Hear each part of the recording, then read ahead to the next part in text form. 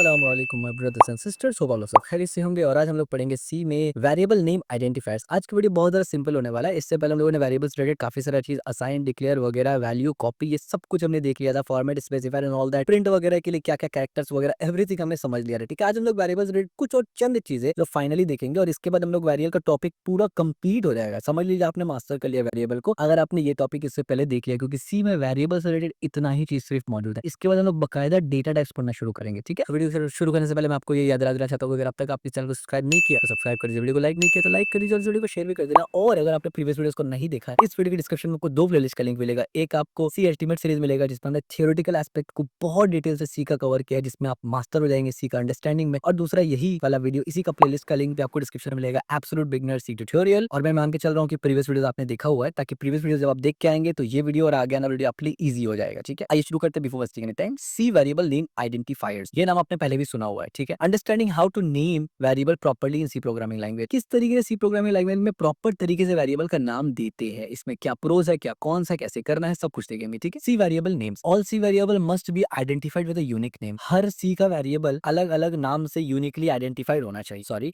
आसान शब्दों में, आपने ए वेरिएबल को बनाया, दोबारा आप ए वेरिएबल को नहीं बना सकते। ठीक है, this unique names are called identifiers. अच्छा, यहाँ पर एक यहाँ पर सवाल है जो प्रीवियस वीडियो से रिलेटेड है, मैं उसको आगे उठाऊंगा और यहाँ पर वो आएगा भी। ठीक है, आगे तो क्लियर हो जाएगा आपको। Identifier types, identifier can be short name like X and Y और more descriptive name like age, sum, total value वगैरह। हमने ऑलरेडी देखा हुआ, इस पे बात भी किया हुआ था कि एक्स वाई आमतौर पर इस्तेमाल नहीं करना चाहिए, लूप्स वगैरह में कर सकते हैं, उसके अलावा मत करिए। और लूप्स में क्यों करते हैं वो लूप वाले टॉपिक हम लोग पढ़ लेंगे। अदरवाइज हम लोग को एज यानी जो वेरिएबल्स है उसको थोड़ा डिस्क्रिप्टिव रखना चाहिए, लेकिन बहुत ज्यादा लॉन्ग नहीं। Note, it is recommended to use a descriptive name in order to create an understandable and maintainable code. Simple सी बात है, मेंटेनेबल कोड और अंडरस्टैंडेबल कोड बनाने के लिए आपको ये करना जरूरी है, और इसी को बोलते हैं स्ट्रक्चर कोड और मॉड्यूलर कोड, या फिर गुड प्रैक्टिस वाला कोडिंग। ठीक है, गुड वेरिएबल नेम जैसे कि मिनट पर आवर 60। अब देखिए, ये वेरिएबल पढ़ के समझ में आ रहा है कि भाई मिनट पर आवर्स, अच्छा ये कोई आवर्स मिनट से रिलेटेड है, क्लियर एंड डिस्क्रिप्टिव नेम। लेकिन वहीं पर M60 बोल दूंगा तो भाई समझ ही में नहीं आएगा एम से मतलब क्या है, एम से मुराद क्या है। Not so good, okay, but not easy to understand what am actually. अब अगर आपका कोड 2-5 लाइन का कोड है तो फिर ठीक है, लेकिन अब 2-5 लाइन का कोड तो आप लिखेंगे नहीं, आप तो काफी 80-100 लाइन का कोड भी लिखेंगे, अलग अलग पेजेस बनाएंगे, इसमें अलग अलग मॉड्यूल्स रखेंगे। उस वक्त ये कंफ्यूजन क्रिएट करेगा कि भाई एम का मतलब क्या होता है। ठीक है, जब आप कभी एम का वैल्यू उठा के लाएंगे और आप रिटर्न करेंगे एम, तब बोलेगा एम क्या है, लेकिन जब आप रिटर्न करेंगे मिनट पर आवर्स, आप समझ जाएंगे अच्छा ये मिनट पर आवर्स ही है। ठीक है, रूल्स फॉर नेमिंग वेरिएबल, अब कुछ रूल्स है, ऑलरेडी हमने पढ़ा हुआ है, आज हम लोग और डिटेल से पढ़ लेते हैं।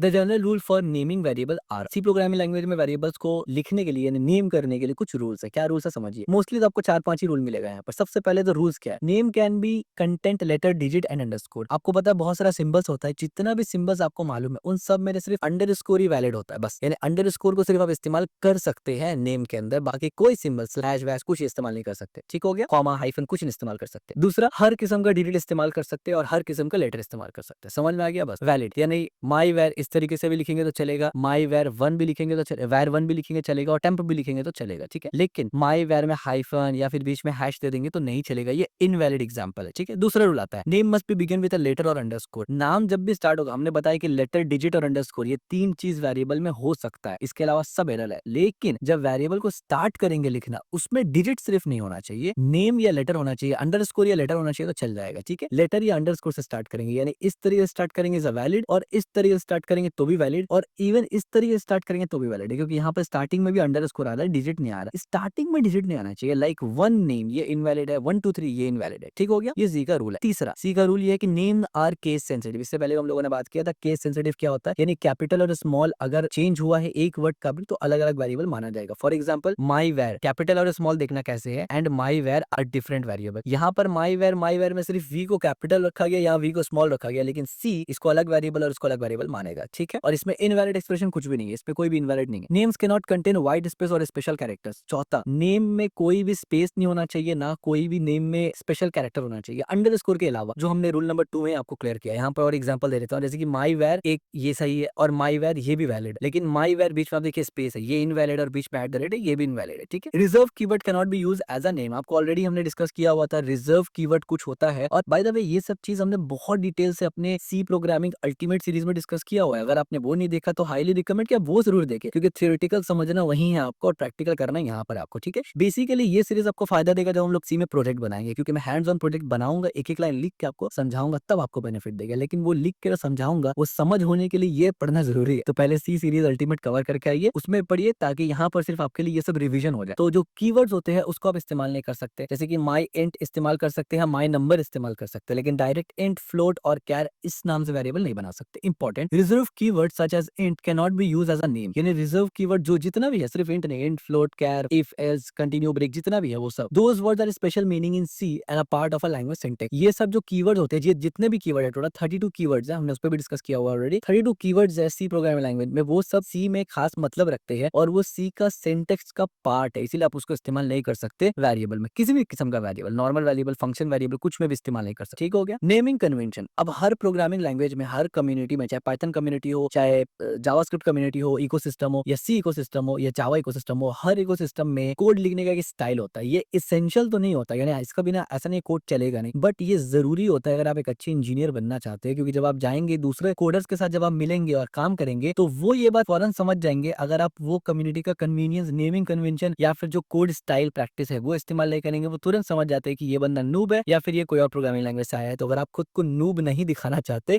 तो नेमिंग कन्वेंशन को जरूर ध्यान में रखें। और यार अच्छा भी लगता है, क्योंकि जब आपको नेमिंग कन्वेंशन खुद लिखने का आदत होगा ना, दूसरे का कोड भी आप पढ़ेंगे तो आपको बहुत अजीब नहीं लगेगा, आपको नॉर्मल लगेगा। लेकिन अगर आप अपना कोड अलग ढंग से लिख रहे हैं और पूरा का पूरा इंडस्ट्री एक तरीके से कोड लिख रहा है, तो जब आपको कोई कोड बेस पढ़ना होगा, आपको वहां पर कंफ्यूजन भी क्रिएट होगा। ठीक है। While C does not enforce specific name convention, जैसे हमने पहले बताया कि ये नेमिंग कन्वेंशन कोई सी का पार्ट नहीं है, ये एक इंडस्ट्री स्टैंडर्ड हो चुका है कि दुनिया भर में जो बड़े बड़े सी डेवलपर्स है या सी में काम करने वाले इंजीनियर्स हैं, या सी में कुछ भी आप बनाए, वो एक नेमिंग कन्वेंशन इस्तेमाल करते हैं पर्टिकुलर इस लैंग्वेज के साथ जब डायरेक्ट डील करते हैं। तो ठीक है। Following common practice makes your code more readable, जैसे मैंने पहले बताया। अब 3 नेमिंग कन्वेंशन होता है। नेमिंग कन्वेंशन मतलब किस तरीके से वेरिएबल बनाएंगे। एक होता है camel case, first name, last name, student age. Camel case लिखा कैसे जाता है, पहला जो वर्ड होगा, पहला देखिए यहाँ पर 2 वर्ड है ना, फर्स्ट नेम ये 2 वर्ड हो गया, लास्ट नेम ये 2 वर्ड हो गया, तो जब भी एक वर्ड लिखना हो तो सब स्मॉल रहेगा। अगर मुझे लिखना है फर्स्ट तो पूरा ऐसे स्मॉल रहेगा, लेकिन अगर मुझे 2 वर्ड लिखना है फर्स्ट नेम, तो मैं पहले वाला को तो पूरा नॉर्मल स्मॉल लिखूंगा, लेकिन जो सेकंड वर्ड है उसका सिर्फ पहला लेटर को कैपिटल कर दूंगा, दैट्स इट। अच्छा, सवाल है कि अगर 3-4 हो तो बिल्कुल ऐसे ही करना है। यानी अगर मैं बोलूंगा फर्स्ट नेम इज आमिर, तो फर्स्ट स्मॉल रहा, नेम में एन कैपिटल होगा, इज में आई कैपिटल होगा और आमिर में ए कैपिटल होगा, एकदम सिंपल। तो लास्ट नेम और ये स्टूडेंट, इस तरीके से इस्तेमाल होता है कैमल केस। वैसे आई पर्सनली प्रेफर हाईली की कैमल केस बहुत इंपॉर्टेंट है। आई नो कुछ इकोसिस्टम में कैमल केस नहीं चलता, खास करके अगर ये साफ से मुझे याद आ गया क्योंकि डेटा साइंस पे भी मैं हूं तो वहां काम करता हूं, तो पाइथन इकोसिस्टम में कैमल केस नहीं, वहां स्नेक केस बहुत ज्यादा चलता है, लेकिन still camel case widely use होता है और आप कर सकते हैं यूज, कैमल केस का प्रैक्टिस पहले कर सकते हैं। ठीक है। तो कैमल केस क्योंकि ज्यादातर जगह ये इस्तेमाल होता है। दूसरा आता है स्नेक केस। स्नेक केस में क्या है भाई, सिंपल है, उसमें कोई भी लेटर कैपिटल नहीं होगा, हर लेटर स्मॉल होगा, लेकिन जब भी 2 लेटर मिलेगा तो बीच में एक अंडरस्कोर आ जाएगा। यानी कैमल केस यहाँ पर है, एक कैपिटल आ रहा है ना, हर वर्ड का पहला लेटर कैपिटल है। स्नेक केस में कुछ भी कैपिटल नहीं होगा, ऑलवेज स्मॉल। अगर मैं बोलना चाहता हूँ my name is Sheikh Aamir, तो माई के बाद एक अंडरस्कोर लगेगा, नेम के बाद एक अंडरस्कोर लगेगा, इज के बाद एक अंडरस्कोर लगेगा। ठीक है। इस तरीके से होता है जैसे यहाँ पर लिखा हुआ है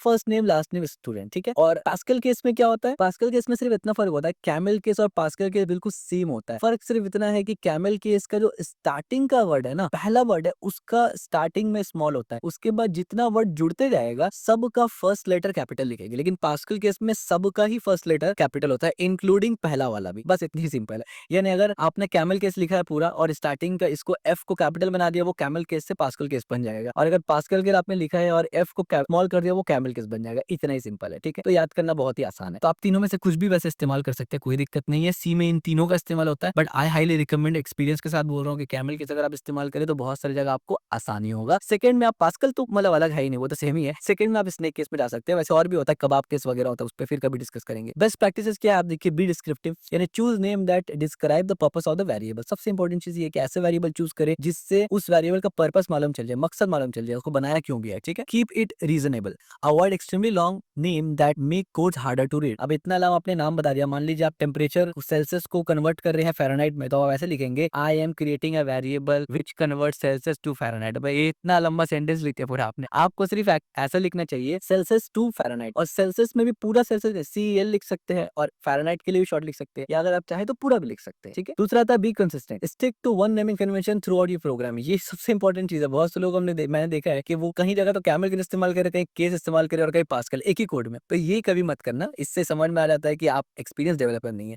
इसीलिए जिसको करना एक में करना, भले ही आप कोई भी केस इस्तेमाल करें, बट मतलब वो बंदा उससे ज्यादा नूब रहेगा जो अलग अलग केस को इस्तेमाल कर रहा होता है। ठीक है। एक केस आपको इस्तेमाल करना है। ऐसा बहुत होता है, फॉर एग्जाम्पल मैं मोस्टली जावास्क्रिप्ट इकोसिस्टम से आता हूँ। ठीक है। फुल स्टैक वेब डेवलपमेंट में जब मैं पाइथन इकोसिस्टम में गया, AI ML में, तो वहां पर क्या था, स्नेक केस बहुत ज्यादा इस्तेमाल होता था। तो मैं या तो पहले पूरा कैमल केस में लिखता था स्नेक इस्तेमाल नहीं करता था, फिर जब स्नेक का प्रैक्टिस हो गया फिर स्नेक का इस्तेमाल किया। ऐसा नहीं कि कैमल और स्नेक मिला के लिखिए आप, ठीक है? ऐसा मत करना। Real life example student data. हाँ, अब ये रियल लाइफ एग्जांपल अब तक जो हमने पूरा का पूरा वेरिएबल में बनाया है ना, वो रियल वर्ल्ड में कैसे एक्चुअली में दिख सकता है, ये आपको कैसे काम करना है, उन चीजों को लेके रियल वर्ल्ड में कैसे काम करना है, किन चीजों को लेके वेरिएबल पढ़ा, फॉर्मेट स्पेसिफायर पढ़ा, प्रिंट पढ़ा, ये सब पढ़ा, तो ये सब का एग्जांपल लिखते हैं। देखिए, often in our example we simplify variable name to match their data type, ठीक है? जैसे कि my int, my num for int वगैरह वगैरह, types characters for characters and so on. This is done to avoid confusion. However, for practical example of using variable we have created a program that store different data about a college student. यानी ये जो हमने ऊपर में इतना example दिया था ना प्रीवियस वीडियो में, वो समझाने के लिए दिया था। और माय इंट माय नम इसलिए लिखा था कि कंफ्यूजन ना हो आपको कि भाई वेरिएबल का नाम है या कीवर्ड है। लेकिन रियल वर्ल्ड में ऐसा नहीं होता। रियल वर्ल्ड में जो होता है उसका एग्जांपल हमने यहाँ पर दिया। देखिए, यहाँ पर इंट है, मैं इसको प्रिंट नहीं करवा रहा हूँ, इसको थियोरेटिकली रखते हैं क्योंकि ये ऑलरेडी आपको आता है। ये पूरा चीज जो भी यहाँ लिखा हुआ आपको ऑलरेडी आता है, प्रीवियस वीडियो तक आपने देखा है। सिर्फ यहाँ पर समझा रहा हूँ कि लिखना कैसे है। अब देखिए, आपको स्टूडेंट का आईडी चाहिए तो आप इस तरीके से लिखेंगे। यहाँ भी कैमल के इस्तेमाल किया हमने। अब देखिए, स्टूडेंट आईडी लिखा आपने, हो गया। दूसरा वेरिएबल में स्टूडेंट एज लिखा, हो गया। स्टूडेंट फी, आपको पता है फी यानी पैसा यानी रोकड़ा यानी प्राइस में आता है, तो पॉइंट में आ जाता है डेसिमल में, इसलिए हमने फ्लोट लिखा, इंट नहीं लिखा, ठीक है? तो ये सब सोचना ही असल होता है। आप प्रोग्रामर सिर्फ कोड लिख के रट्टा मार के नहीं होते। ये जो थिंकिंग है ना, यही असल है। इसके बाद आपको कैरेक्टर यानी आप स्टूडेंट का ग्रेड देना चाहते हैं तो ए बी सी या डी देंगे आप। तो कैरेक्टर के लिए आपने बी किया। और ऑफ कोर्स जब भी आप कैरेक्टर इस्तेमाल करते हैं एक वर्ड के लिए ना, आप देखेंगे एक जर्नल स्टैंडर्ड है कि वहां पर कैपिटलाइज्ड इस्तेमाल यानी ऑल कैप इस्तेमाल किया जाता है अगर एक लेटर इस्तेमाल करें कुछ भी रिप्रेजेंट करने के लिए, ठीक है? इसलिए यहाँ पर कैपिटल लिखा गया है। प्रिंट करना है सबको, तो भाई सिंपल सी बात है, स्टूडेंट आईडी लिखा, फॉर्मेट स्पेसिफाई लगाया, न्यू लाइन दिया, और कमेंट करवा और प्रिंट करवा दिया। सेम यहाँ पर भी, सेम यहाँ पर भी, सेम यहाँ पर भी, और रिजल्ट आपको कुछ इस तरीके से दिखेगा। अच्छा, ये एक्स्ट्रा 00 क्यों दिख रहा है? ये प्रिसीजन, आपको पता है फ्लोट में 8 से ऊपर प्रिसीजन देता है बाय डिफॉल्ट। तो क्योंकि हमने सिर्फ 25 दिया, आगे कोई नंबर नहीं दिया, इससे 00 आ गया। अगर हम आगे और 4 नंबर देते, वो 4 नंबर भी दिख जाता है, लेकिन 4 से ज्यादा देते तो फ्लोट में नहीं दिखता, क्योंकि फिर हमें डबल इस्तेमाल करना पड़ता है, जिसमें 15 प्रिसीजन मिलता है। वो आगे हम लोग पढ़ेंगे डिटेल में, ठीक है? Tip, notice how the variable name यानी student ID, student age etcetera clearly describe what data they store. This makes code much easier to understand and maintain. Of course real world में आप ऐसे ही code करेंगे ना। अब इसमें आप student ID में एसटी तो नहीं लिखेंगे ना, या एसआई तो नहीं लिखेंगे, एसआई तो नहीं लिखेंगे स्टूडेंट एज में। तो ये एक सिंपल सा एग्जांपल था कि रियल वर्ल्ड में आपको ऐसे ही करना है। तो क्या इसका मतलब ये है कि जब प्रोजेक्ट बनाएंगे तभी ऐसा करेंगे? नहीं नहीं नहीं नहीं, अभी प्रैक्टिस में ही आपको ये रखना है। देखिए, मुझे ऑलरेडी सी आता है, मुझे प्रोग्रामिंग आता है, मैं इतना लंबा नाम लिखूंगा, टाइम वेस्ट होगा। इजी वे में समझाने के लिए मैं छोटा छोटा वेरिएबल बना लेता हूँ, कभी कभी एक्स वाई बना लेता हूँ। लेकिन आप अभी सीख रहे हैं, राइट? तो आपको प्रॉपर तरीके से कोशिश करना, यानी प्रॉपर नेमिंग कन्वेंशन इस्तेमाल करना है, तभी तो आपको प्रैक्टिस होगा ना। फिर जब फ्यूचर में आप पढ़ाएंगे किसी को, तो आप भी इतना लंबा नहीं लिखेंगे, आप भी सिर्फ ए बी सी लिख के काम चला लेंगे, क्योंकि आपको एक्सप्लेन करना होता है, आ चुका है ऑलरेडी। तो सीखने के लिए ये जरूरी है, ठीक है? Calculate the area of a rectangle. अब यहाँ पर हमने कुछ एग्जांपल भी दिए हैं, जैसे कि अगर रेक्टेंगल का एरिया कैलकुलेट करना है। अच्छा, बहुत से लोग मैथ्स से बहुत ज्यादा डर जाते हैं कि यार प्रोग्रामिंग में मैथ्स आगे कैसे करूंगा। भाई, प्रोग्रामिंग में आपका कोई भी मैथ्स का टेस्ट नहीं ले रहा होता, फॉर्मूला वगैरह सब नेट में मौजूद है, आप उठाइए वहां से अप्लाई करिए। प्रोग्रामिंग का मतलब ये है कि आप जो चीज रियल वर्ल्ड में करते हो उसको करके दिखाओ। मैथ्स नहीं है यहाँ पर। यहाँ पर कोई आपसे ये नहीं बोलेगा कि भाई इसके साथ ये निकालो, इसका सर्कमफ्रेंस ये निकालो, नहीं। वो आपको बोलेगा बस इसका रिजल्ट दो, फॉर्मूला निकालो ना, तुमको निकालना है निकालो, कोई दिक्कत नहीं है, बट तुम प्रोग्रामिंग वो करके दिखा दो। तो ये होता है असल प्रोग्रामिंग, ठीक है? In this real life example we create a program to calculate the area of a rectangle, ठीक है? रेक्टेंगल का एरिया कैलकुलेट करना है by multiplying the length and the breadth. इतना सिंपल। डिफिकल्ट भी होता तो फॉर्मूला आप इंटरनेट से निकाल सकते हैं, वहां पर दिया हुआ रहता है कि भाई कब मल्टीप्लाई करना है, किससे मल्टीप्लाई करना है, बस आपको वो अप्लाई करना आना चाहिए कोड में। ये इंपॉर्टेंट चीज है, ठीक है? अब वैसे by the way real world में बहुत सा लाइब्रेरी भी आता है जिसमें आपको उतना भी नहीं करना पड़ेगा, वो आगे हम लोग पढ़ेंगे। रेक्टेंगल एरिया कैलकुलेशन कैसे करेंगे? सबसे पहले इंटीजर वेरिएबल क्रिएट किया। देखिए, एक में विड्थ आ गया, एक में लेंथ आ गया और एक में एरिया आ गया। 3 वेरिएबल कंप्लीट हो गया और वेरिएबल डिक्लेयर करने की जरूरत नहीं है। तो इस पे हमें बस 2 ऑप्शन था। एक तो ये था कि एक साथ असाइन कर देते, और अगर इसका वैल्यू बदल सकता है लेंथ और विड्थ का, तो सिर्फ डिक्लेयर करते, असाइन बाद में करते। ठीक हो गया? यहाँ पर आप देखिए हमने क्या किया, calculate the area of a rectangle. हमने लेंथ इनटू ब्रेथ कर दिया और इसका वैल्यू कहाँ स्टोर होगा? एरिया में स्टोर होगा। अब हमने अलग से क्या किया, सबसे पहले लेंथ ऑफ द ट्रायंगल बताया, भाई लेंथ कितना है, विड्थ ऑफ द रेक्टेंगल बताया, विड्थ कितना है, उसके बाद एरिया बताया। तो आप देखिए length of 4, width is 6 and area of 24। एकदम सिंपल, नीट एंड क्लीन, देखने में भी मजा आ गया। Note the variable name, length, width, area are simple but descriptive. अब ये सिंपल है लेकिन डिस्क्रिप्टिव है, आपको समझ में आ रहा है इसमें क्या है, ठीक है? अब यहाँ पर आप लेंथ की जगह ये भी लिख सकते हैं लेंथ ऑफ रेक्टेंगल, लेकिन जरूरत नहीं था उतना, क्योंकि इस कोड में और कोई लेंथ नाम से वेरिएबल नहीं है जिसका कुछ और मतलब लिया जा रहा है। हाँ, अगर ऐसा होता कि length of circle, length of rectangle और लेंथ ऑफ ट्रायंगल, या ऐसा कुछ भी समर रिलेटेड होता, तब आप उसमें लिखते कि लेंथ ऑफ टी या लेंथ ऑफ आर या लेंथ ऑफ रेक्टेंगल। इस तरीके से समझ रहे ना मेरा बोलने का मकसद क्या है, कि जब तक आपको समझ में आ रहा है आपके कोड में वो कंफ्यूजन क्रिएट नहीं कर रहा, वो डिस्क्रिप्टिव है। कंफ्यूजन क्रिएट कर रहा है तो उसको थोड़ा सा लॉन्ग बनाना है, ठीक है? Making it clear what each variable represent in the calculation, यानी इससे आपको क्लियरली समझ में आ रहा है कि भाई कोड क्या कर रहा है। और मैं ये मान के चल भी रहा हूँ कि ये कोड अब आप एनालाइज कर पा रहे हैं, एक एक लाइन आपको समझ में आ रहा है। अगर कोई पूछे भाई इज इक्वल टू का क्या काम है, आप बता देंगे। ये स्टार का क्या काम है, आप बता देंगे। ये सेमीकोलन क्यों लगा, आप बता देंगे। यहाँ पर कॉमा क्यों लगा, आप बता देंगे, ठीक है। अगर आप ये सब काम कर सकते हैं अभी, तो इस वीडियो को अभी पॉज करके कमेंट में लिखिए कि ये आपके लिए ईजी है, और इसका मतलब ये है कि प्रीवियस जितना भी वीडियो आपने देखा है वो आपको दोबारा कभी भी भूलेगा नहीं, और ऐसे ही हम लोग आगे का टॉपिक भी पढ़ेंगे तो कभी आपको भूलेगा नहीं, ठीक है। समरी, इस वीडियो में हमने क्या क्या पढ़ा। सबसे पहले तो हमने आइडेंटिफायर्स देखा कि यूनिक नेम वेरिएबल का होना जरूरी है, डुप्लीकेट नेम नहीं कर सकते वरना एरर आएगा। डिस्क्रिप्टिव नेमिंग, ठीक है, make code understandable, of course descriptive नहीं रखेंगे तो कोड समझ में आने लगेगा। नेमिंग रूल्स हमने देखा, लेटर, डिजिट और अंडरस्कोर, और सब रूल्स भी कुछ देखा कि स्टार्ट होगा तो डिजिट से नहीं हो सकता वगैरह वगैरह। केस सेंसिटिव यानी my var and my var are different, ठीक है। तो ये 4 पॉइंट है, आइडेंटिफायर समझना, डिस्क्रिप्टिव नेम समझना, नेमिंग रूल समझना, केस सेंसिटिव समझना, और डिस्क्रिप्टिव नेम में ही नेमिंग कन्वेंशन वगैरह भी आ जाता है। Key points to remember, be descriptive, use name that clearly describe what variable represent, यानी ऐसा नाम इस्तेमाल करोगे जिससे मालूम चल जाए। Follow the rules, start with a letter और underscore, only use letter, digit or underscore, ठीक है। यानी स्टार्ट करना आपको हमेशा लेटर या फिर अंडरस्कोर से, उसके बाद आप तीनों में से जो भी डाल सकते हैं, जो रूल था। उसके बाद केस सेंसिटिव होता है सी हमारा, यानी कैपिटल स्मॉल का काफी ध्यान रखना आपको। अवॉइड रिवर्स कीवर्ड, अच्छा यहाँ पर एक और चीज है कि इसको इससे बचेंगे कैसे करें केस सेंसिटिव से, तो याद रखिए हमेशा ऑलवेज जब भी जरूरत ना पड़े अपना वेरिएबल को लोअर केस में लिखे, ऑल लोअर केस, ठीक है, ऑल लो, कभी भी कैप्स में मत लिखे अनटिल अनलेस कि आप कैमल के इस्तेमाल कर रहे हैं और वेरिएबल बड़ा है। इसीलिए पास्कल केस उतना ज्यादा प्रेफरेबल नहीं होता, क्योंकि पास्कल केस का पहला वर्ड कैपिटल में आ जाता है, ठीक है। इस पे कभी फिर बहस करेंगे, क्या डिबेट नहीं है, बट आप कोशिश करेंगे कि कैपिटल में ना लिखे जब तक के नेसेसरी ना हो जाए कोई चीज। हाँ, आप अगर कोई कांस्टेंट डिक्लेयर कर रहे हैं फिर कैपिटल लिख सकते हैं, वो भी नेमिंग कन्वेंशन काफी सारा प्रोग्रामिंग लैंग्वेज में आता है, बट उसको फिर कभी डिस्कस करेंगे, ठीक है। अवॉइड रिजर्व कीवर्ड, की रिजर्व कीवर्ड आपको पता है 32 रिजर्व कीवर्ड है जो सी में एक अलग मतलब रखते हैं, उसको अवॉइड करना। Don't use C keyword like int, float, char as a variable है ऑफ कोर्स, और इसको अगर आप फ्लोट को टी कर देंगे तो वेरिएबल बन जाएगा, यानी एरर नहीं आएगा, लेकिन भाई क्या ही जरूरत है जबरदस्ती का छेड़ के, नॉर्मल से जो भी बनाना है अपना नाम से बनाइए ना, ठीक है। So this is all about C में वेरिएबल आइडेंटिफायर्स। आप कहेंगे यार आज तो प्रैक्टिकल हुआ ही नहीं, हाँ आज प्रैक्टिकल हुआ ही नहीं, आज हमने जो जो वेरिएबल से रिलेटेड फॉर्मेट स्पेसिफायर वगैरह से पढ़ा था वो सब आज हमने काइंड ऑफ रिवीजन कर लिया डिटेल से। क्यों किया रिवीजन? क्योंकि आज हमारा फाइनली वेरिएबल का टॉपिक खत्म हो जाता है।